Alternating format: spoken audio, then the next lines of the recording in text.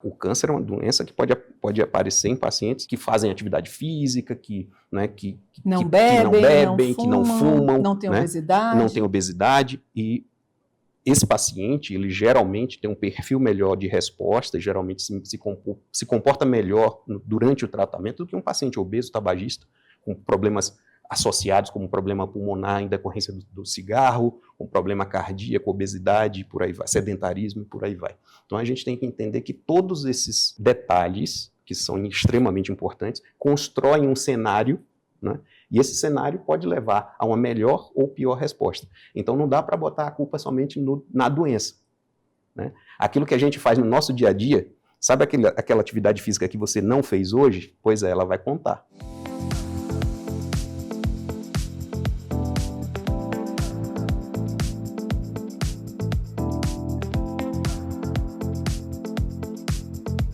E antes de começar o episódio de hoje, eu quero apresentar e agradecer com muito carinho os nossos patrocinadores, que acreditaram nesse projeto desde o início e tornaram o consultório aberto ainda mais especial. A começar pela Cerrado Chic, uma loja que eu simplesmente amo. Com curadoria impecável em peças de decoração, móveis e itens exclusivos. Foi a Cerrado Chic que assinou toda a ambientação do nosso cenário. Com bom gosto, originalidade e aquele toque que faz toda a diferença.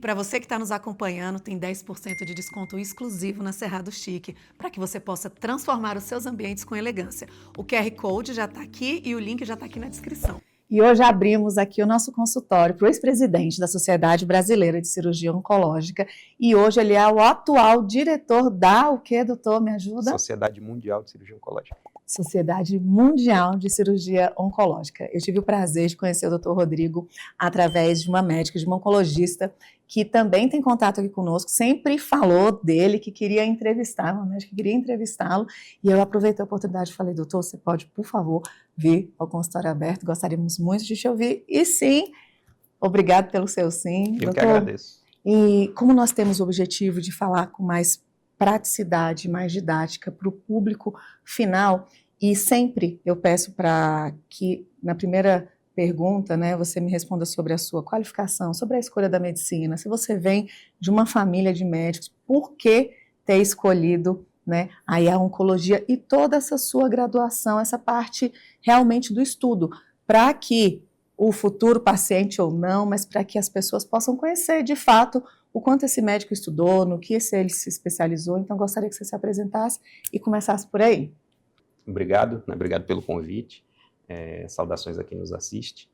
Eu não venho de uma família majoritariamente de médicos, temos alguns médicos na família, mas somos poucos. Eu escolhi medicina, a gente não sabe nem explicar, né? Curiosidade, muitas vezes outras motivações, mas o fato é que desde o primeiro ano a medicina me fez se apaixonar por ela. É uma situação que é difícil de explicar, precisa vivenciar isso. É realmente uma profissão que nos traz um retorno emocional, um retorno de profissional muito grande, no sentido de atribuir sentido àquilo que você faz todo dia, né? Então, realmente, a medicina nos traz essa grande vantagem. Nós temos sentido naquilo que fazemos, nós podemos ajudar muitas pessoas todos os dias, né? Depois da medicina, dos 6 anos de formação, né, fui fazer residência de cirurgia geral, né, e mais após isso, residência de cirurgia oncológica, fiz ainda mestrado, doutorado e outras pós-graduações. Mas hoje a formação do cirurgião oncológico, que é um cirurgião especializado na assistência, né, no tratamento do câncer, ela gira em torno de 6 anos, né, no mínimo 6 anos, né, são 3 anos de cirurgia geral, mais 3 anos específicos de cirurgia de câncer, né, alguns fazendo mais alguma complementação, e o cirurgião está habilitado, o cirurgião oncológico está habilitado à intervenção, né, cirúrgica do tratamento do câncer e do entendimento da doença como um todo. O cirurgião oncológico, ele é um oncologista, né? É um oncologista que opera, né? Temos os oncologistas clínicos, que fazem os tratamentos sistêmicos, O cirurgião oncológico é um oncologista, né, com todas as habilidades necessárias de um oncologista, só que o nosso foco no tratamento é a cirurgia. Cirurgia que é o principal tratamento do câncer, mas isso a gente conversa daqui a pouco. Vai compreendendo, né?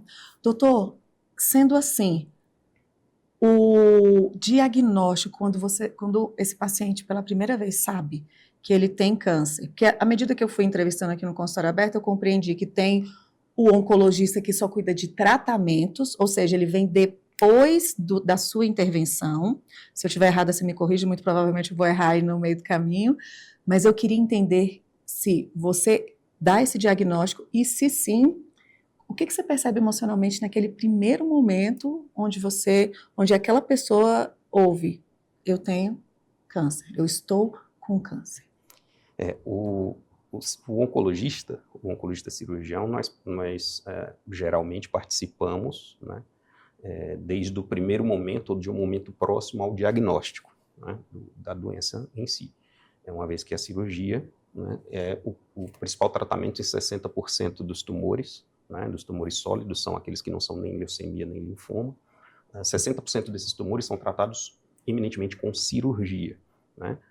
O tratamento do câncer é multidisciplinar, não estou discutindo, né, não estou dizendo que somente a cirurgia isso não é a minha intenção. Mas a cirurgia ela é protagonista, sim, no tratamento oncológico e, portanto, nós geralmente temos contato com esses pacientes num primeiro momento e muitas vezes damos a notícia para o paciente, né? E é uma notícia que ninguém quer ouvir, né? E num primeiro momento, numa primeira abordagem, né, e no primeiro momento onde o paciente recebe essa notícia, é um momento de luto, né? É um momento de luto. O paciente, por vários motivos, né, pela própria gravidade da doença, pela grande desinformação, né, que cerca o diagnóstico, que cerca a doença, nós temos momentos, né, de temor, de medo, de pânico, de angústia, né? E isso é perceptível. E essa numa primeira abordagem, e dúvida, né? Muita dúvida. Então, geralmente, esses são sentimentos que nós percebemos do paciente quando ele recebe essa notícia. E esse tipo de momento aqui é extremamente importante para que a gente consiga trazer, né, mais informação e consiga diminuir essa angústia dos pacientes oncológicos. E como conseguir diminuir essa angústia, lidar com esse medo do outro, com a ansiedade do outro? Eu imagino que, né, há aí uma mistura de emoções que, inclusive, até culpa, né, porque a gente tem isso, principalmente a mulher, acho que a gente nasce com uma bagagemzinha de culpa. Como lidar com essas emoções e ainda se manter ali técnico e objetivo? Porque, assim, de fato, a conversa vai ter que chegar no sim, é isso, sem perder essa objetividade técnica. Treinamento, né, experiência. O cirurgião que entrega esse tipo de notícia, né, que transmite, que comunica esse tipo de informação, ele realmente deve ser treinado para isso, e não somente isso. Quanto mais vivência na área nós temos, maior entendimento e maior empatia acabamos por desenvolver, né? A gente acaba desenvolvendo empatia em várias situações. Devemos, inclusive, né, praticar a empatia nessas situações, para que os pacientes tenham realmente, se sintam acolhidos, né? O acolhimento e a informação completa, né, é a melhor forma de fazer com que o paciente tome a melhor decisão, porque a decisão final é do paciente. O paciente é o protagonista, né, do tratamento oncológico, ele quem vai decidir os seus caminhos, né? O médico, na maioria das vezes, é um consultor, o médico orienta, né? O médico aponta caminhos, aponta tratamentos. Existem situações onde os tratamentos são muito padronizados, existem outras situações onde os tratamentos são limítrofes e podem seguir várias vertentes, várias escolas, né? Mas a escolha final ela deve ser sempre do paciente, que é o maior interessado nisso tudo. E esse deve ser sempre muito bem acolhido. Sim, e imagino que, assim, lidar, porque o paciente, principalmente de câncer, eu imagino que talvez o caso que você não vai lidar só com o paciente, porque deve vir ali no consultório, né, a família inteira graças a Deus, e se tiver que acontecer, que seja, é o que eu falo sempre, porque é tão complicado a gente trazer os oncologistas que talvez seja assim, dele eu nunca quero ser paciente. E eu penso diferente. É muito importante que a gente entenda que somos humanos e que se houver essa necessidade, eu quero sim saber, principalmente, quem é esse médico. Então é importante que a gente ouça, que a gente entenda, que a gente comece a ouvir, e eu falo por mim, porque olha o nível da ignorância, né? Quando uma vez eu fui fazer uma mamografia, e aí acho que teve que pesquisar melhor, não quero saber. Não quero saber, e eu de verdade fiquei um tempão sem continuar, mas graças a Deus deu tudo certo, mas o medo era tão grande que assim, Deus me livre, o pessoal sabe do diagnóstico, daqui a pouco morre. É melhor não saber, e se eu tiver eu não quero saber. E graças a Deus a gente evolui, né? E sim, eu imagino que hoje, através da informação, eu tenho a tranquilidade de compreender que, nossa, quantas pessoas, hoje não é mais uma sentença de morte, né? Então, estou falando isso para te perguntar, quando é que você percebeu que ser cirurgião oncológico vai muito além da cirurgia, né? Quando é que foi essa virada na sua trajetória? Porque só alguém com experiência, né, que vai poder nos responder isso. A gente precisa entender algumas situações, alguns números, se você me permitir. Sim. Só para contextualizar, a gente não está falando de uma situação que não vai ocorrer conosco. Sim, nós, inclusive, todos nós aqui, né, estamos produzindo nesse momento. Vou falar uma coisa que pode chocar, mas é verdadeira, né? E não fica chateada, né, comigo. Mas nós estamos, nesse momento, produzindo células de câncer. Eu e você. E todo mundo. Né? O pessoal da técnica também. O Michael também. O Michael também. Mas nós temos sistemas de defesa, nós temos sistemas de proteção contra essas células, né? Contra essas alterações, que são alterações próprias da existência da vida. Né? Enquanto vivemos, somos expostos a fatores de risco que podem transformar as nossas células, né, o material genético das nossas células, levando essas células a uma situação de carcinogênese, ou seja, delas se transformarem em câncer. Com isso, a gente tem algumas informações que são importantes. A primeira, câncer é genético. A grande maioria todos os cânceres são genéticos, mas não são familiares. Menos de 10% dos cânceres, né, vem da família, vem de uma herança genética. Né? Menos de 10% dos cânceres é herdado dos nossos antecessores, dos nossos antepassados. A grande maioria é causada por nosso estilo de vida. Se é causado por nosso estilo de vida, a gente já começa a entender que boa parte dos cânceres é evitável. Né? Então, assim, e se nós vivermos o suficiente para isso, né, as 3 grandes causas de morte, né, no ser humano hoje são no ser humano mais jovem, existem outras várias, mas as 3 principais são no ser humano mais jovem, até os seus 40 anos, trauma, violência urbana, trauma, acidente de carro, moto. Né? Até os 60, 65 anos, doenças cardiovasculares, né, infartos, derrames cerebrais, usando o termo coloquial. Né? Após os 60, 65 anos, câncer. Portanto, se nós sobrevivermos a tudo isso, né, nós vamos chegar num determinado momento onde o maior risco vai ser ter câncer. Né? Ter câncer. E, sim, nós temos que conversar sobre isso. Né? Nós temos que conversar sobre a doença. Até o nome assusta, né? Até o nome pesado. Nos traz uma sensação de perigo. Né? Como a gente está conversando. Se você conversar com um biólogo e você pergunta sobre alguns animais, por exemplo, cobra, né, já acende aquele gatilho de perigo, de risco. Né? Na medicina, algumas coisas nos trazem esses gatilhos também, por exemplo, infarto, câncer, né? Mas isso advém de informações parciais, ou informações talvez não tão completas. Sim, é uma doença grave, sim, é uma doença que exige um tratamento de alta complexidade, porque é uma doença complexa. A gente não está falando de uma doença só, na verdade, a gente está falando de uma família de doenças, né, com centenas e centenas de subtipos diferentes, cada um com suas peculiaridades, tanto em tratamento quanto na resposta aos tratamentos. Então, às vezes, o mesmo câncer de um mesmo órgão, vou dar um exemplo aqui, câncer de mama, né? Nós temos pacientes que ficam curados de forma bastante tranquila, e nós temos pacientes que, infelizmente, não vão conseguir esse mesmo desfecho, esse mesmo resultado. Por quê? Porque não estamos falando de uma doença só, né? E a doença ela tem essa interação, né, com o próprio paciente, com os tratamentos que foram realizados, que foram possíveis, né, de ser realizados. E esse contexto nos traz uma complexidade muito maior. E quando nós não temos informações completas ou não queremos conversar sobre o tema, conversar sobre o assunto, acabamos que nós podemos piorar a situação, né, por não termos a melhor informação para tomarmos as melhores decisões quando apresentados aos tratamentos e aquilo que temos disponível hoje. E temos muita coisa disponível. Falando nisso, até para que a gente quebre essa objeção, ou comecemos, né, a quebrar. Quando você falou aí do infarto, me veio também à cabeça a AIDS, que eu acredito que em virtude de tanta divulgação, água mole, pedra dura, tanto bate até que fura, hoje a gente já entende que praticamente ninguém morre mais de AIDS.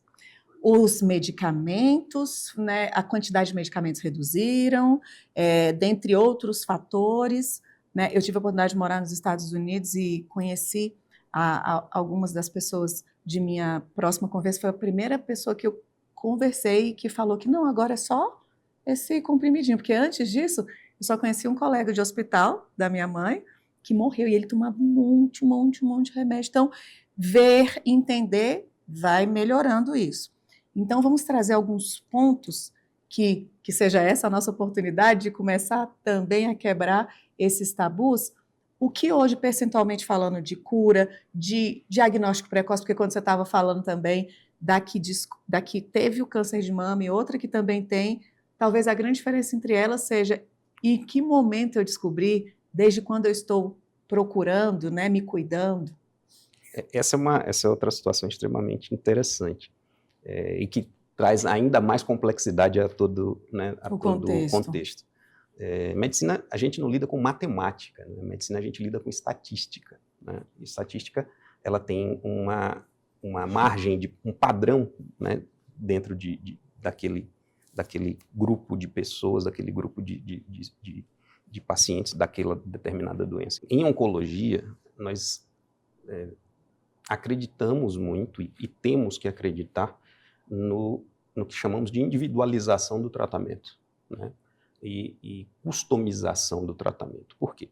Nós temos aquilo que é padrão, né? E o que é padrão é o que acontece para a grande maioria das pessoas, mas existe aquilo que foge ao padrão.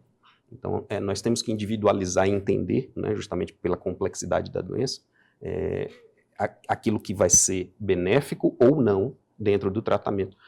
Por isso que não dá sempre para a gente afirmar, temos tantos por cento, você vai ficar curado, você vai ficar tratado. Não, nós temos uma análise estatística dizendo que você tem uma grande chance ou uma chance não tão grande assim. Isso depende de um conjunto de situações que passam pela própria doença, pelo perfil. Hoje nós conseguimos, inclusive, avaliar o perfil molecular das células do câncer, né? Avaliar alguns receptores de membrana, coisas que até pouco tempo seriam ficção científica, hoje a gente já consegue trazer para a realidade dos nossos consultórios, né? E entregar para essa paciente, ou para esse paciente, uma chance cada vez maior de tratamento, né? Com uma chance cada vez maior de cura. Sim, câncer tem cura, e a gente precisa deixar isso claro, né? Câncer tem cura, né? Não é uma dúvida, não há dúvida a respeito disso. Agora, existem fatores que contribuem para a maior ou menor chance de cura, né? O tipo de tumor por si só, cada tumor tem o seu comportamento biológico, o quão precoce você descobre a doença, né? O quão saudável o paciente é, né? O câncer é uma doença que pode aparecer em pacientes que fazem atividade física, que não bebem, que não fumam, não tem obesidade. Não tem obesidade, e esse paciente, ele geralmente tem um perfil melhor de resposta, geralmente se comporta melhor durante o tratamento do que um paciente obeso, tabagista, com problemas associados como problema pulmonar em decorrência do cigarro, com problema cardíaco, obesidade, por aí vai, sedentarismo e por aí vai. Então a gente tem que entender que todos esses detalhes, que são extremamente importantes, constroem um cenário, né? E esse cenário pode levar a uma melhor ou pior resposta. Então não dá para botar a culpa somente na doença. né? Aquilo que a gente faz no nosso dia a dia, sabe aquela atividade física que você não fez hoje? Pois é, ela vai contar. Na hora da boa resposta ou não. Sabe aquele cigarro que você fumou ou que fuma? Ele vai contar, né? Ou seja, aquela brincadeirinha, porque eu falo que sempre tem essas brincadeiras, né, para justificar o tô gordinho, ou eu não malho, ou eu não quero parar de fumar. Para quê? Fulano eu conheço, corre todo dia, tá ótimo e teve câncer. Mas a diferença, segundo o doutor, que não sou eu que estou falando, é que talvez em vocês dois tendo, você morra e ele tem uma possibilidade de viver. Ou não, porque vai com muita sorte, mas é importante a gente se cuidar, né, doutor? E falar que de verdade foi como você trouxe. É familiar? Não, pode ser familiar, mas não é genético, ou seja... É genético, mas não é familiar. Porque eu posso, maioria das vezes, através da epigenética, também, que mostra que o meu ambiente, o que eu faço hoje é que vai determinar a minha vida, então... E através da própria genética. A epigenética é um conceito mais moderno, você está muito É porque eu já estudo, é porque eu estudo a epigenética antes disso, porque eu falo de comportamento na minha principal formação, e eu acredito plenamente no ambiente e no que eu posso fazer. Existem alterações que são alterações no nosso material, né, genético, nos nossos, né, naquilo que faz a transmissão dos dados, né, dos nossos dados, que não necessariamente alteram os genes, mas sim as proteínas e aquelas substâncias que envolvem, logicamente, conversando de forma bastante não técnica, né, para que todos entendam. Então, a alteração às vezes não é só genética, mas é no material e nas proteínas que envolvem os genes, e essas alterações podem levar também a doenças, não somente câncer, mas a doenças de um modo geral. E essas doenças podem levar a aumentar o risco de câncer. Então, nós temos doenças hoje que muitos não consideram doenças, mas que sim aumentam brutalmente o risco de câncer, como, por exemplo, um grande exemplo na era moderna, a obesidade, né? A obesidade é realmente um dos principais fatores de risco para câncer. Temos hoje 3 grandes fatores de risco para câncer, né? Tabagismo, em qualquer uma das suas formas, seja cigarro, charuto, narguile, vape. Vape é a tragédia da era moderna, né? Vape é um troço surreal. E as pessoas... E o pior, tem um atrativo muito grande para gerações mais novas, isso que é o mais perigoso ainda, né? Em segundo lugar, isso é sedentarismo, né? O sedentarismo, ou seja, se você não pratica pelo menos 200, 180 a 300 minutos de atividade física semanais, né? Você realmente tem um risco maior de ter câncer, isso é sabido. E pessoas, mesmo você que é paciente oncológico, né, que está ali realizando tratamentos oncológicos, quando você pratica atividade física, você tem uma maior chance, né, isso já tem, a literatura mostra vários dados já comprovando, você tem maior chance de cura, inclusive, quando você pratica atividade física. E de não haver recidiva. E do tumor não voltar, não haver a recidiva, né, que é o retorno da doença, né, e a obesidade. A obesidade é realmente um dos grandes fatores de risco da humanidade. Muito interessante isso que o senhor falou sobre a atividade física. Eu conheci na academia que houve um evento no mês de outubro e tinha uma pessoa que já estava em tratamento pós-cirurgia, com a cabeça raspada e tudo, e eu fiquei ali, né, prestando atenção, e ela malha, ela não falta. E aí depois, uma colega próxima, que houve a cura também do câncer de mama, e eu fiz esse questionamento, porque ela também está firme malhando. A gente não pode ficar sem malhar. Hoje é prescrição, né? Hoje, exercício físico faz parte da prescrição médica, não somente de oncologia. Mas hoje existem estudos, inclusive tem um estudo muito bonito que foi publicado recentemente, né, num congresso muito grande, no Congresso Americano de Oncologia Clínica, mostrando que a atividade física, às vezes, tem mais impacto nas chances do que muito remédio, né? Isso é extremamente importante e hoje a prescrição da atividade física, inclusive antes da cirurgia, né, a atividade física antes da cirurgia diminui os riscos do próprio procedimento cirúrgico, independentemente se ele for oncológico ou não, né? Se você pratica atividade física antes de uma cirurgia de grande porte, você tem menor risco de morrer da cirurgia, menor risco de ter complicações da cirurgia, né? Assim como existem algumas intervenções nutricionais, algumas suplementações nutricionais que reduzem bastante os riscos de infecção, os riscos de complicações e por aí vai. Então, a gente tem que entender realmente que a oncologia é multidisciplinar, o tratamento é multidisciplinar, não se faz oncologia somente com remédio, ou somente com cirurgia, ou somente com radioterapia, que é outro pilar absolutamente importantíssimo da oncologia, né, do tratamento oncológico. A oncologia é realmente multidisciplinar, mas a gente tem que entender que o indivíduo, né, a saúde do indivíduo como um todo é absolutamente definidora também dos resultados. Portanto, a atividade física, alimentação, dormir bem, né, existem estudos mostrando que ansiedade, né, por exemplo, ela tem piores desfechos, inclusive desfechos orgânicos, desfechos como, por exemplo, infecção. Né, pacientes que não têm a sua ansiedade tratada ou minimamente ali equilibrada, podem ter piores desfechos, inclusive de infecções. Existem alguns estudos sugerindo essa correlação. Logicamente, isso tem que evoluir ainda, mas eu acredito. Isso aponta num sentido de que a gente está tratando pessoas, sim, não só doenças. Né? Estamos tratando pessoas. E esse conceito ele tem que estar muito presente em quem se propõe a tratar câncer. Vou falar 2 pontos e voltar, porque se deixar vai vir tanta coisa na cabeça da gente, né? O senhor falou sobre o vapor, e eu quero fazer uma analogia do vapor e da atividade física, né? Eu tenho um filho de 20 anos, que eu já quebrei a cabeça, eu só falta quebrar os dentes. E que, gente, aí a gente vai preso, né, hoje em dia, porque só que eu vim de pai e mães tabagistas, pai e mãe, né, pai e mães, pais tabagistas, eu fui fumante, e meu irmão nunca tocou no cigarro. E eu fumei, graças a Deus, já tem uns 8 anos que eu não fumo mais. E foi uma das coisas mais difíceis, e jovem eu entendo, tudo isso eu entendo. E eu queria que minha mãe tivesse quebrado mesmo os dentes e não permitido. Só que como ela fumava, e eu acho que eles se sentiram... Porque não adianta essa história de não faça o que eu faço, né? Faça o que eu falo e não faz o que eu faço. Não adianta. É realmente um exemplo, é muito importante isso dentro da família. E aí, só que eu já não fumo esse tempo todo, mas mesmo assim, eu vejo, o Guilherme é um menino inteligente, menino não, um homem, né? Que é isso que eu tive que entender para não enlouquecer.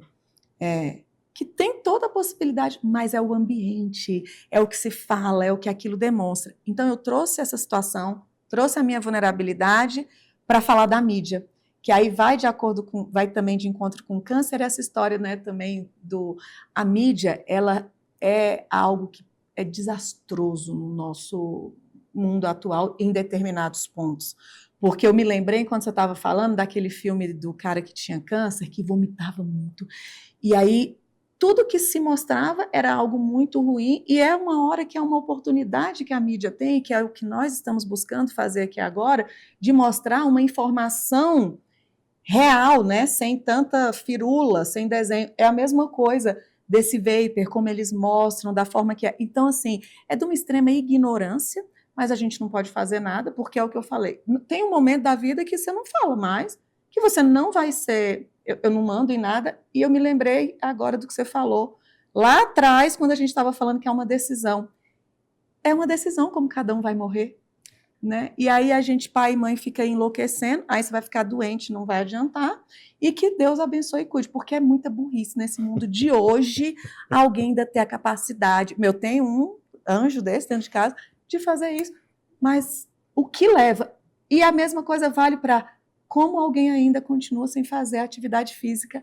Eu já ouvi até do oftalmologista que o que temos que fazer para ter uma boa saúde? O oftalmo, atividade física. Tem coisa que vai além do que a gente... A sua bronca foi muito bem, né, bem assertiva. Mas o bom de poder falar é porque é de dentro de casa, porque o povo não fala. Mas é um poder que a gente não tem e são consequências que as pessoas vão colher. Como você falou, você acha que não deu em mim? Exatamente. Quando você falou, quando você, se for viver o câncer, os anos de vida anteriores, eles vão contar a favor ou não. Eu espero que o que conte seja os últimos no meu caso. Como a gente já sabe, né, que câncer é genético, mas não é familiar, né, isso você falou de um outro sentimento muito importante que envolve a família, que é o sentimento de culpa, né? A culpa é uma situação muito comum, né, tanto vivenciada pelo próprio paciente, como também pelos parentes, pela família. Tal. A gente tem que entender que nós somos também, em parte, né, frutos das nossas escolhas, né? Das nossas escolhas.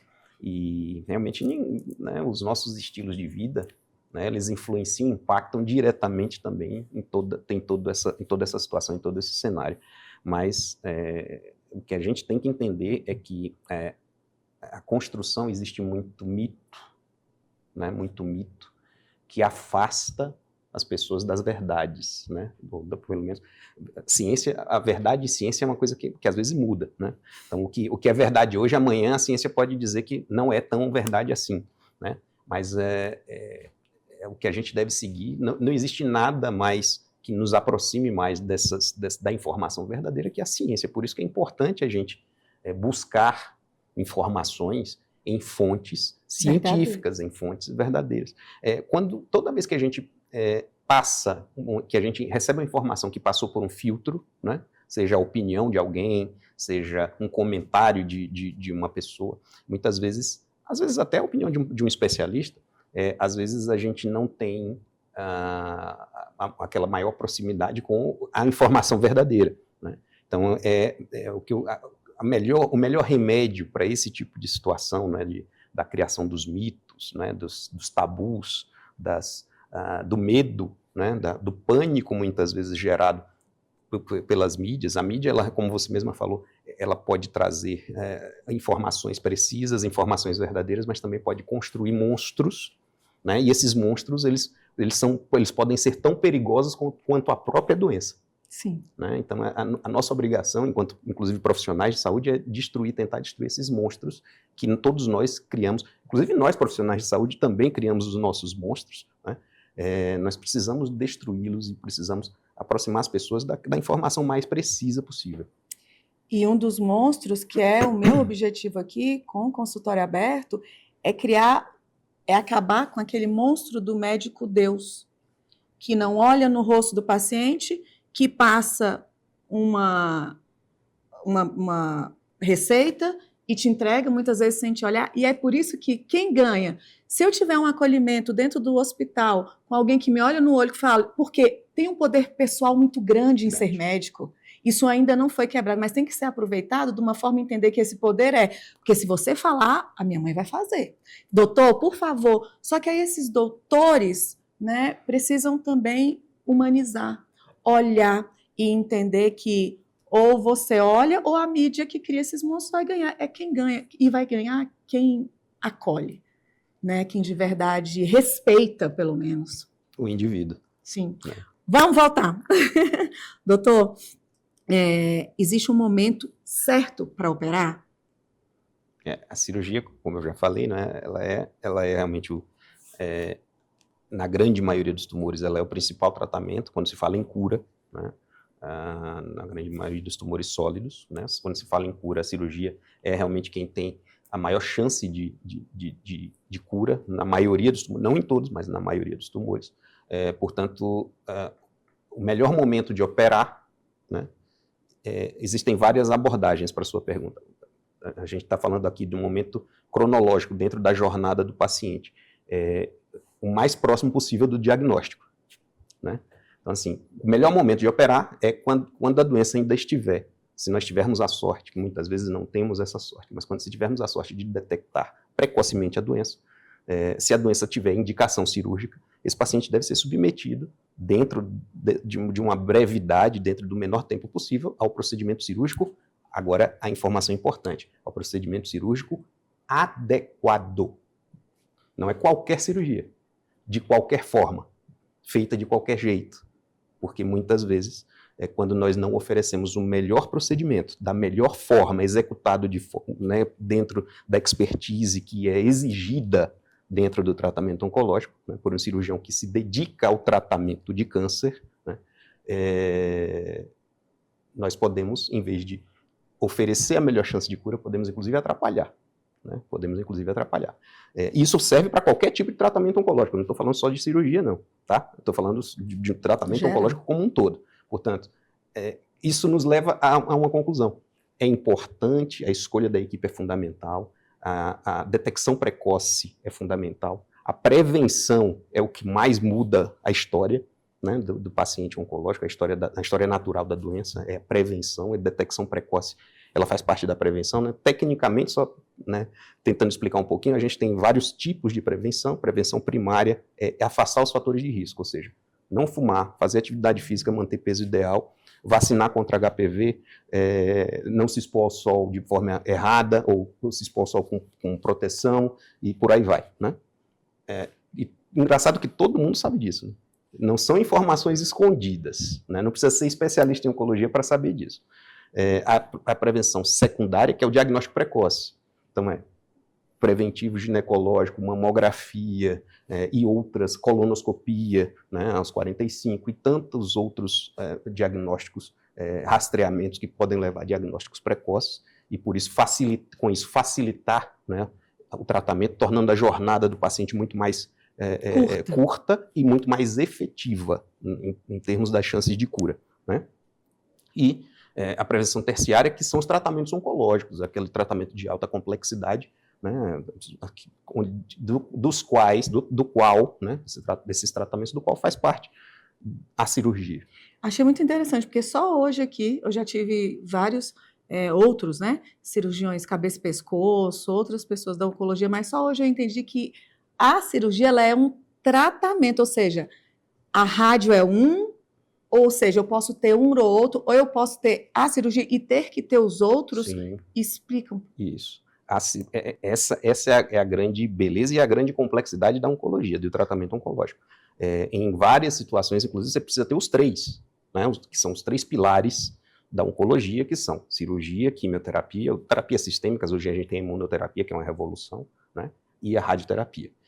Inclusive, a decisão do tempo de realização desses tratamentos pode mudar de acordo com o estadiamento da doença, o tipo de doença, o paciente, por aí vai, né? Então, o que é importante é você ter um time, uma equipe especializada que vai te oferecer as melhores opções, as melhores orientações para que você tome a melhor decisão, né? Porque existem doenças onde você tem que operar primeiro, existem doenças onde você precisa fazer tratamentos antes, o que a gente chama de neoadjuvância, tratamentos antes de operar, né? Existem situações onde você tem que fazer outros tratamentos depois da cirurgia.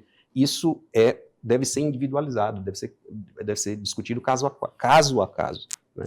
Por isso a importância do paciente estar sendo tratado em um ambiente, em uma equipe, em um grupo realmente multidisciplinar. E como a gente já discutiu aqui, né, não é somente o tripé de tratamento oncológico, radioterapia, quimioterapia e cirurgia. Não, a gente começou a entender agora, depois desses nossos minutinhos de conversa, que o tratamento é da pessoa. Então é importante um fisioterapeuta, é importante o nutricionista, é importante o psicólogo, é importante a terapia ocupacional, é importante, em algumas situações, o assistente social. Por quê? Porque a doença não é somente, inclusive, do paciente, da família, é da sociedade, das células sociais que envolvem aquele paciente.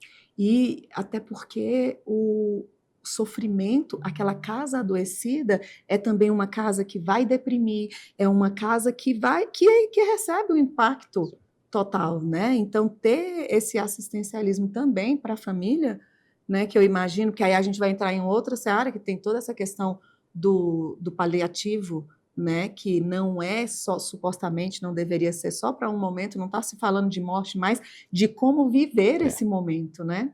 Sim. Mas uma hora chega lá, não chega? Chega. Doutor, na sua experiência... Inclusive, deixa eu corrigir aqui uma falha minha. Bora. Né? Vamos trazer aí o cuidado paliativo para o começo da jornada. É isso, né? era isso que eu queria dizer. Vamos envolver o cuidado paliativo no começo da jornada, porque ele faz parte, né, da complexidade da composição desse cenário, da composição dessa equipe multidisciplinar. Então, a avaliação do paliativista ela deve estar bem no começo da jornada do paciente oncológico, e não somente quando já se tem menos a ser feito. Né? Sim, muito importante essa. Só por que eu fiz esse comentário dessa forma? Diante de... Eu já recebi paliativistas aqui, inclusive foram uma das entrevistas mais interessantes, assim. Só que foi o que, inclusive, o próprio profissional trouxe, que a entrevista dele já está, inclusive, postada no nosso YouTube, que não tem muito, né? Não tem muitos, e ainda não tem em hospitais da rede, não se tem essa cultura, porque era exatamente nesse ponto. E eu acredito plenamente que se houvesse esse tratamento ali desde o início, não para o fim de vida, né? Talvez poderia-se também aumentar essa expectativa? Porque, gente, uma família ela pode adoecer mais ainda esse paciente como auxiliar numa melhor vida. Sim. Muito, né? Mas aí é muita história, né? Para outra entrevista. Na sua experiência, o que mais compromete o sucesso cirúrgico? O atraso no diagnóstico, né? A desinformação ou o medo? Ou talvez seja outro ponto que não foi algum desses que eu salientei? Isso é uma coisa que é extremamente... Mais uma vez, eu tô complexa. Eu estou usando muito a palavra complexa, mas é verdade. Desafiadora. Desafiador. Mas é porque não é simples mesmo, né, doutor? Não é simples, mas assim, desafiador também é um termo que remete a situações impossíveis ou situações de difícil solução. E para o profissional treinado, a maioria das vezes, essas situações elas não são impossíveis, não são de difícil solução, muitas vezes nos faltam recursos, e aí depende, é uma coisa que a gente precisa entender. Nós temos 2 sistemas de saúde. Onde estou. Né? Nós temos 2 sistemas de saúde. E eu costumo dizer, quem já me viu, né, em algum momento conversando, como nós estamos conversando aqui, sabe que eu uso uma frase que é chocante, mas é verdade. O CEP, né, o Código de Endereço Postal no Brasil, ele é fator prognóstico para câncer. Então, se você utiliza o sistema público de saúde no Norte e Nordeste, você tem uma chance maior de morrer de câncer. Olha que triste. Né, do que um paciente do Sul, do Sudeste e do Centro-Oeste. Mesmo dentro do Centro-Oeste, dependendo do estado, dependendo do local, da cidade, você tem um risco maior de morrer de câncer, né, do que se você mora em Brasília. Né? E se você, em Brasília, né, dependendo da situação, dependendo do tipo de doença, né, se você tem acesso à saúde suplementar, né, aos convênios, aos hospitais particulares, você tem uma chance diferente de tratamento, de cura, SUS, em comparação a quem está no SUS. Isso é chocante. E é real. E é real. Né? E é real. Então, são situações, quando você me pergunta o que é que interfere no resultado da cirurgia, é tudo isso, incluindo o CEP, incluindo a condição de acesso. O CEP, quando a gente fala CEP, eu vou traduzir agora para um termo que a gente usa muito frequentemente em oncologia e que, inclusive, é uma das grandes preocupações da Sociedade Mundial de Cirurgia Oncológica, da qual eu sou diretor científico, que é a questão do acesso ao tratamento mais custo-efetivo em oncologia, que é a cirurgia. A cirurgia é o grande tratamento custo-efetivo, e se a gente for olhar de forma clara no mundo, né, 80% a 90% dos pacientes oncológicos vão precisar, em algum momento da sua jornada, de cirurgia. Menos de 25% desses pacientes vão ter acesso à cirurgia adequada e em tempo. Sim. E a gente está falando de dados globais. Né? Quando a gente traz essa realidade para alguns países, os chamados países de baixa e média renda, né? É um termo chato, é um termo ruim, mas é o termo que utilizam, né, para veicular essa informação. Quando a gente traz esses dados para esse perfil de país, você vê que isso é muito pior. É uma realidade muito pior. Né? Existem alguns países, né, onde você tem países com milhões de habitantes, onde você tem menos de 10 cirurgiões especializados na atenção do câncer. Né? Não vou citar países para não trazer nenhuma situação constrangedora, mas e você vivencia esse tipo de situação até mesmo dentro do Brasil. O Brasil é um país gigantesco, né? Complexo, belíssimo, mas que temos vários países diferentes dentro do nosso país. Né? Então temos a realidade daquela pessoa que tem que navegar, né, com a canoa, com um barquinho, 24, 36 horas para chegar na cidade mais próxima, no hospital mais próximo, e temos aquela realidade da pessoa que dirige 10 minutos e está dentro de alguns dos maiores centros, né, de oncologia do Brasil. Então, né, e vivenciamos, temos tudo isso dentro, né, do mesmo país, às vezes dentro da mesma cidade. Mas o senhor acredita de verdade, o que me veio à cabeça vai morrer quem tem menos condição financeira. Né, o pobre com câncer e o rico com câncer vai ter, óbvio, um tratamento totalmente diferente. Eu tenho, inclusive, convivido, é claro que não vou falar sobre isso aqui, de perceber o quanto o acesso vai facilitar e vai te dar essa sobrevida, neste caso. Mas há uma luz, há uma esperança, poderia ser diferente, o SUS poderia andar de uma forma diferente, eu não estou falando nem de política, nem de nada, porque tem coisa que é sistêmica. Sim. Esse é o sistema, não vai mudar. Então, a gente não tem um problema. Porque problema ele tem solução. esse é um problema ou é um sistema e vai ser assim ad eterno, na sua percepção? Esse ano, inclusive, a gente vivenciou alguns avanços no tocante à assistência oncológica no Brasil, né? O ano de 2025 foi um ano de alguns grandes avanços, né? No final, desde novembro do ano passado, nós tivemos a incorporação da videolaparoscopia no SUS, né? Era uma coisa que nos doía, né? Nós temos profissionais treinados a fazer, né? Por exemplo, a minha equipe, né? Eu e minha equipe, a gente realiza cirurgia videolaparoscópica, robótica e cirurgia convencional. Então, de manhã, eu ia para o hospital público, né? Tinha que operar uma garota de 50 anos para um tumor X, que eu tinha que fazer um corte no meio da barriga da paciente de 40 centímetros. Aí, à tarde, eu operava a mesma cirurgia, né? Mesma cirurgia, para a mesma doença, aí eu conseguia fazer por robótica, com 5 furinhos, né? Você entende? Isso é doído para o profissional também. Claro. Isso é muito doído para o profissional também. Mas esse ano nós tivemos vivenciamos alguns avanços muito grandes, né, dentro do SUS. São avanços que precisam ser estruturados e precisam ser consolidados. E aí nós temos diferentes realidades no Brasil, porque nem todos os estados estão no mesmo nível de crescimento, de avanço, né? Existem estados que estão onde o sistema de saúde pública está realmente à frente dos seus vizinhos. Isso por vezes acaba trazendo sobrecarga para esses lugares mais avançados. Uhum. Por outro lado, mostra ainda mais essa disparidade, essa iniquidade quando você compara as oportunidades de acesso e os resultados dos tratamentos, né? Então, assim, eu sou um defensor do SUS. Eu acho que o SUS está no DNA do cirurgião oncológico. O cirurgião oncológico é um cirurgião, o habitat do cirurgião oncológico é o hospital de câncer, né? Nós somos criados em hospitais de câncer. Nós somos treinados em hospitais de câncer, né? Eu fui treinado no Instituto Nacional do Câncer, que é um hospital do Ministério da Saúde, que fica no Rio de Janeiro, né? Um dos maiores centros de oncologia do mundo, né? E fui treinado, né, dentro do sistema público de saúde, e a gente realmente acredita, a grande maioria dos cirurgiões oncológicos, inclusive, não deixa de operar no sistema público, né, no SUS, porque a gente acredita naquilo, a gente né, vive aquilo ali como sendo parte da nossa formação, né? Mas existe muito por se fazer ainda, né? Existe oportunidades de avanço muito grandes, né? Infelizmente, essas oportunidades elas não são tão homogêneas no nosso país, né? Porque existem estados que estão à frente, outros estados estão muito para trás, e a gente precisa melhorar esse tipo de desigualdade para que qualquer brasileiro, em qualquer lugar do país, tenha as mesmas chances. E que as diferenças de resultado e as diferenças no prognóstico e nas respostas ao tratamento fiquem somente por conta do profissional, da doença, né? E nem do profissional. Acho que o treinamento hoje, a gente consegue trazer o treinamento para uma situação mais homogênea. Hoje a gente tem várias ferramentas. A Sociedade Brasileira de Cirurgia Oncológica trabalha exaustivamente, justamente trazendo e outras sociedades também, não somente a Sociedade Brasileira de Cirurgia Oncológica, como outras sociedades médicas, trazem exaustivamente essa tentativa de homogeneizar o conhecimento e a performance técnica, né, dos seus profissionais.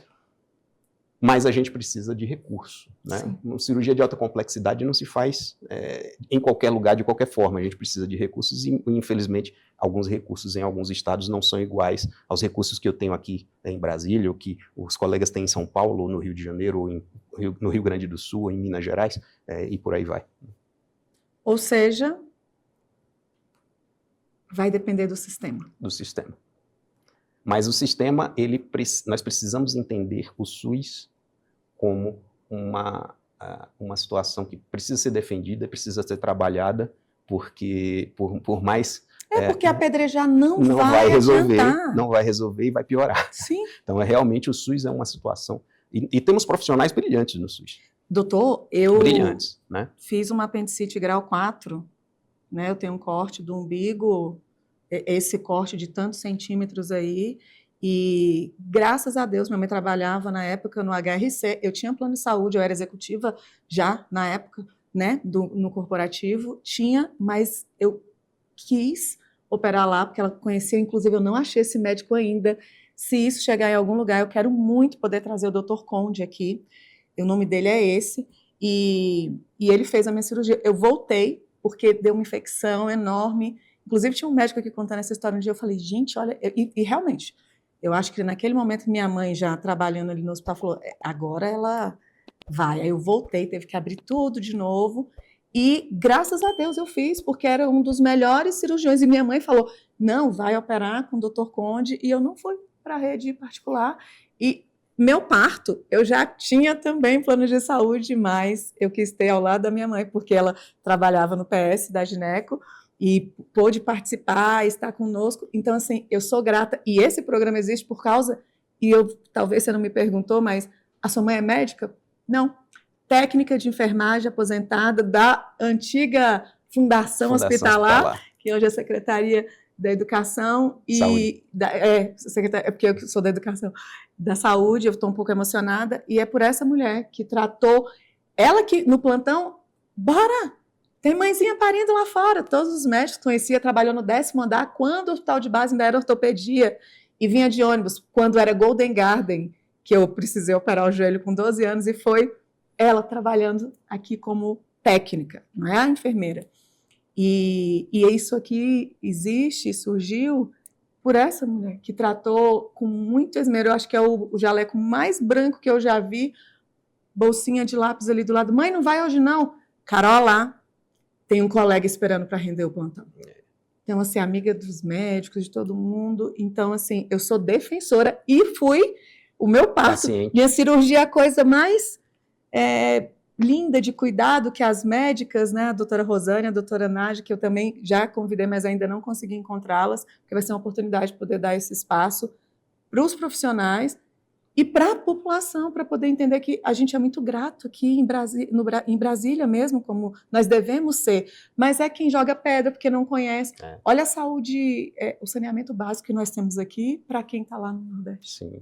Né?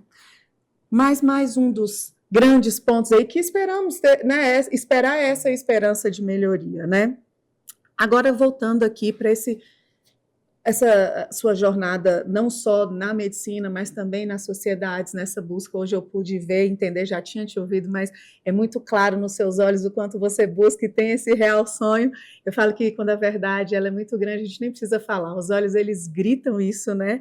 E aí você hoje tem uma questão de mentorear, você tem essa busca pela educação. Conta um pouco do que você deseja aí enquanto médico, para justamente melhorar também essa classe que, vou lhe dizer, foi um dos pontos que eu anotei aqui, você falou, tem 5 cirurgiões às vezes em um local.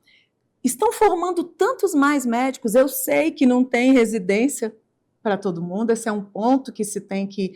Estão se formando muito mais médicos e não tem residência, esse ponto eu não entendo, não faz parte da minha expertise, mas que quantos mais estejam formando um apelo por menos cirurgiões plásticos e talvez por mais cirurgiões oncológicos, né? Existe algo além para a gente poder fazer também. Eu não vou falar da especialidade dos outros, não. Vou só continuar aqui no foco do que eu quero. Não vou falar mal, muito pelo contrário. Não, eu amo, acho maravilhoso. Cirurgia plástica eu acho sensacional. Sensacional, estou aqui grata. Mas, poxa, olha os números, doutor. Nós temos, na verdade, isso é uma discussão que vai longe, né? A gente pode sair daria e dar realmente dias e dias de discussão. Nós temos uma forma, né, um sistema de formação de treinamento robusto no Brasil, que são as residências médicas, né, que também devem ser defendidas, sim, porque é a melhor forma de treinamento que se conhece, né, o treinamento em cenários de prática, né, não se faz... medicina, só para a gente entender, medicina não é uma ciência somente, é uma doutrina, né? Doutrina, o que é doutrina? É um conjunto de conhecimentos teóricos e práticos, então não adianta que você não vai aprender medicina EAD, não tem como, né? Na prática não tem como aprender online, você tem que aprender medicina atendendo o paciente, atendendo pessoas, né? Vivenciando, trocando experiências com pessoas, sejam elas os pacientes ou os colegas, né? Ou os técnicos, os enfermeiros, os nutricionistas, a gente aprende com todo mundo que está ali, né, vivenciando aquela situação, aquela jornada. Então, e a melhor forma de fazer isso, a única, na verdade, é na prática, né? E hoje a gente está vivendo momentos, não só no Brasil, isso é uma preocupação global, de formação, inclusive, né? Nós temos vagas, inclusive, de residência sobrando no Brasil. Isso é não acredite em mim, vamos checar essa informação. Agora, logicamente, existem alguns funis, alguns gargalos, onde nós temos realmente muito mais gente se formando do que vagas disponíveis, isso é uma verdade, mas quando você vai ver a procura por vagas de residência pela formação, pelo treinamento formal, né, você vai ver que existem áreas, né, e principalmente nas especialidades de alta complexidade, como, por exemplo, a cirurgia oncológica, a cirurgia do aparelho digestivo, coloproctologia, e por aí vai, né, existem vagas ociosas no Brasil inteiro. Né? Mas isso é uma outra conversa, que é uma conversa polêmica, que eu não vou nem entrar, mas assim, só para a gente trazer essa informação, isso aí daria uma outra discussão muito legal. Então está convidado. Perfeito, aceito. Ouviram? mas a questão de mentoria, eu sou professor, né, universitário, sou professor da Escola Paulista de Medicina, sou professor da pós-graduação, do programa de pós-graduação em Ciências Cirúrgicas Interdisciplinares, e a gente hoje, eu faço mentoria de alunos de mestrado e doutorado, né. Isso é uma situação que eu creio que seja uma das funções do médico, né, do especialista, ou da liderança, né, que pretende contribuir para o desenvolvimento. Você tem que deixar alguma coisa e trazer pessoas, né, você tem que tocar almas, né, você tem que fazer as pessoas acreditarem que é possível trazer as pessoas para contribuírem, para darem sua parcela de contribuição, porque assim a gente constrói uma situação, uma teia social, né, que leva a uma situação de melhoria, de progresso, de crescimento.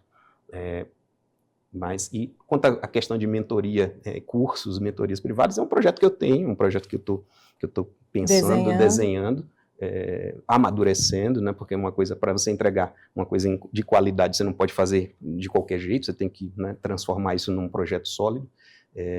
Isso ainda está na prancheta, eu ainda pretendo. Minha esposa é uma das minhas maiores incentivadoras nesse aspecto, né, de criar essa questão de cursos, enfim. Mas a gente tem que entender que a formação de especialidades de alta complexidade, como a cirurgia oncológica, é uma formação muito maior, muito mais, de novo a palavra, complexa, né? E muito mais, em uma jornada muito mais longa do que somente um curso, do que somente né? Não se faz um cirurgião oncológico com menos de uma década. Né? Mas um cirurgião oncológico humano que ouça, que talvez você possa adiantar esse tempo de experiência e não deixar que um se desvirtue para cá, isso sim. A gente ajuda, pode ajudar bastante. Isso a gente tem tentado. Já está fazendo, né, doutor? Tentado. Inclusive, eu gostaria que você explicasse essa sua participação, inclusive internacional. Você, nesse cargo, quando você busca enquanto médico, você participa das decisões dessas sociedades? O que significa não só parecer que a gente trouxe um diretor internacional de uma sociedade, ou um ex-presidente, ou um atual presidente? Isso tem um peso não só na sua prática, não é na sua prática enquanto cirurgião, mas maior do que isso, né? Tange aí, eu acredito, eu não sei se existem políticas para isso, ou decisões, ou influências, como é que funciona, doutor? As sociedades médicas, o grande papel das sociedades médicas, elas têm vários, né, papéis importantíssimos, e isso é mais uma situação que nos chama a atenção. Hoje a gente tem que convencer cada vez mais os jovens profissionais a participar da vida associativa, e esse trabalho de convencimento ele tem que ser feito porque as pessoas precisam enxergar propósito, até aí eu concordo, né? Mas assim, porque talvez as pessoas ainda não tenham entendido o papel fundamental das sociedades médicas, das sociedades que são sociedades científicas, né, na construção de conhecimento, né? Então, o grande papel das sociedades médicas é construir conhecimento, né, é apontar situações de risco, né, uma vez que estão reunidos ali vários especialistas, no caso da Sociedade Brasileira do Brasil inteiro, em alguns, inclusive, de outras partes do mundo, e no caso da Mundial hoje, nós temos, ela é uma sociedade muito jovem, recém-formada, eu fui um dos fundadores dessa sociedade, o primeiro congresso dela, inclusive, foi no Rio de Janeiro, né, junto com o Congresso Brasileiro de Cirurgia Oncológica, que é, em números, o maior congresso de cirurgia oncológica do mundo. Nós somos uma das maiores sociedades de cirurgia oncológica do mundo, né? E que aí já nos mostra a relevância e a necessidade da voz, né, do cirurgião brasileiro, essa voz ser ouvida no mundo inteiro, porque nós temos experiências e temos soluções que precisam ser divididas. E nós acreditamos, dentro da Sociedade Brasileira de Cirurgia Oncológica, e principalmente da Sociedade Mundial de Cirurgia Oncológica, e isso foi um dos grandes motivos de criação dessa sociedade, é que mesmo países e profissionais que não tenham, inclusive, sociedades nacionais, sociedades dentro do seu país bem estabelecidas, essas pessoas elas têm que ter voz, elas têm que mostrar aquilo que elas conhecem, aquilo que elas sabem, porque às vezes elas têm soluções que são fantásticas e que o mundo está perdendo em não ouvir aquelas soluções que podem trazer revoluções dentro da assistência ao câncer. E se a gente entende que existem países que precisam de ajuda, né, em termos dos seus sistemas de saúde, existem estados que precisam de ajuda aqui dentro do Brasil, né, a gente também precisa entender que essas pessoas que estão vivenciando aquela situação, elas precisam falar, olha, a ajuda que a gente precisa é aqui, não é ali. Né? A situação que precisa ser atacada é essa, não é aquela. Então, quem melhor do que as pessoas que estão vivenciando isso na prática para dizer o que é preciso ou não? Né? E quem melhor do que as pessoas que já desenvolveram suas soluções? Olha, esse problema aqui que eu tinha, eu resolvi dessa forma. Será que outros países do mundo não podem usar essa mesma solução de forma bastante efetiva e às vezes de baixo custo? Né? Essas situações elas precisam ser discutidas, porque hoje existem focos de discussão que são realmente extremamente importantes. Eu não vou trazer aqui nenhum tipo de celeuma e de discussão a respeito da importância de cada aspecto da discussão, porque todos os aspectos da discussão em termos de tratamento oncológico são absolutamente relevantes e importantes, mas a gente às vezes esquece o básico. E às vezes esquece de dar voz ao profissional que está no dia a dia lidando com a situação e resolvendo o problema como ele pode, e às vezes a solução que ele criou é genial. E a gente não dá voz para esse cidadão, né, para esse profissional. Aqui pode ser pequeno ainda, né, mas eu acredito que tudo tem um começo, né, e um crescimento. Se é real, se o propósito é sincero, se não tem ninguém para colocar uma regra imposta, quem vem ou não vem, então a regra é os profissionais que vêm até aqui indicam profissionais, esses profissionais que talvez não tenham essa voz, e eu falo que, tanto que antes de cada entrevista, eu faço uma oração, Senhor, que a nossa voz possa chegar onde for da tua vontade, porque se for da vontade dele, né, eu não sou uma sonhadora, mas eu acredito que o pouco que você pode fazer, seja onde for, assim como uma técnica de enfermagem, pode haver uma mudança, como o Senhor faz na vida de cada pessoa que você atende, na verdade, da pessoa e da família inteira que você impacta, né? Mas que bom, obrigada por esclarecer tanto sobre esse impacto. Eu acredito que essa entrevista ela vai impactar, eu acho, o público final, os médicos que possam estar, os que já estão atuando, os que vão vir a atuar, e eu sou a segunda, depois da sua esposa, se já tiver seus filhos, a que vai estar falando, vamos, faça isso, porque é um dever, doutor, sabe? É um dever, porque eu fui no consultório do doutor Hernandes, há um tempo atrás, que o senhor conhece, Conheço. Que é cirurgião cabeça e pescoço. Um grande amigo. E, nossa, e ele estava... Porque ele gosta tanto de falar do que ele faz, a entrevista dele já está postada, que foi uma das cirurgias que eu mais amei também.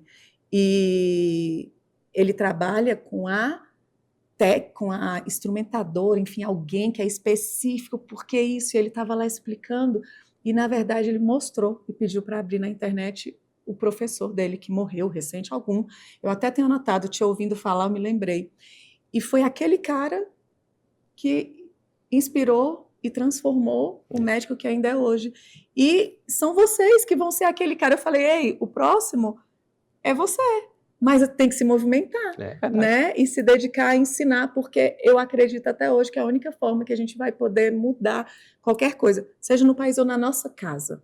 Porque não adianta querer mudar o mundo se você não muda os seus 20 metros. Se a sua esposa não está aqui com você, se de verdade você não promove a saúde no seu próprio corpo, mas esses que já promoveram nos 20 metros, vamos estender um pouquinho mais, porque é instruir, é educação, é falar, porque... de outra forma, não vai. É o único poder que a gente tem. E graças a Deus moramos no Brasil. Porque se fosse em outro lugar, nem voz teríamos. né, ainda enquanto temos, e que Deus permita que a gente continue com essa voz. Obrigada de coração por ter aceito, foi um prazer mesmo lhe ouvir. Eu que agradeço. Obrigada. E para vocês, até o próximo Consultório Aberto.